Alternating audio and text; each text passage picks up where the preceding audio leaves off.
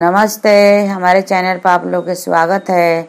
हम शंकर भगवान के भजन लेके आइल बानी और भजन पसंद आएगा तो लाइक करिएगा, सब्सक्राइब करिएगा, शेयर करिएगा, कमेंट में बताइएगा कि भजन कैसा लग रहा है।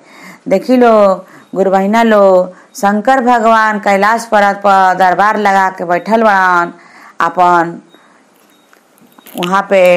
गौरा जी बड़ी या गौरा जी के सखी लो सब बैठल बाड़ी लो।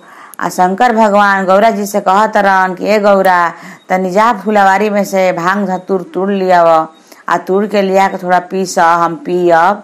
तो गौरा जी जात बारी अपना बाग बगीचा में भांग तुरे तो वहाँ का देखा तारी कि मार नाग फुफकार मारता और उमें गोजर बिच्छी मारो लड़ता स। तो वहाँ से भागल बड़ी गौरा जी या कह तारी शंकर भगवान से जाके कि ए भोला जी जाके अपन बाग बगीचा में से भांग तोड़ी, हमारा से भांग ना तुराई। तब शंकर भगवान चलल बान वहाँ से कैलाश पर्वत से। देखी अपना बाग बगीचा में तो नागिन लोग का करता लो, देखी लो।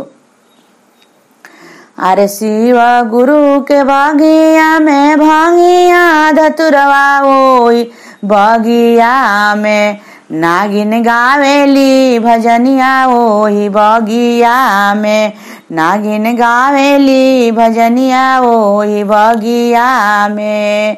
नागिन के आवाज सुन के शिव गुरु अइले ओही बगिया में, हमर डमरू हेरैले ओही बगिया में, हमर डमरू हेरैले ओही बगिया में।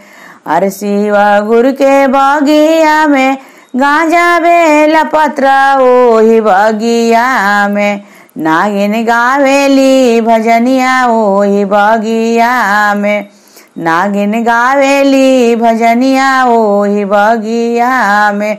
नागिन के आवाज सुन के शिव गुरु अइले ओही बगिया में, हमर त्रिशूल हेरैले ओही बगिया में, हमर त्रिशूल हेरैले ओही बगिया में।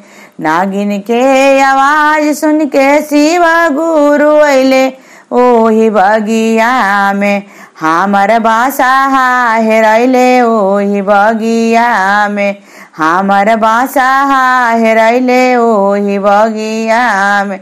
शिव गुरु के बगिया में बेला चमेला ओही बगिया में, नागिन गावेली भजनिया ओही बगिया में। नागिन के आवाज सुन के शिव गुरु अइले ओही बगिया में, नागिन के आवाज सुन के शिव गुरु अइले ओही बगिया में। हमर गौरा हेरैली ओही बगिया में, हमर गौरा हेरैली ओही बगिया में। शिव गुरु के बगिया में भांगिया धतुरवा ओही बगिया में, नागिन गावेली भजनिया ओही बगिया में।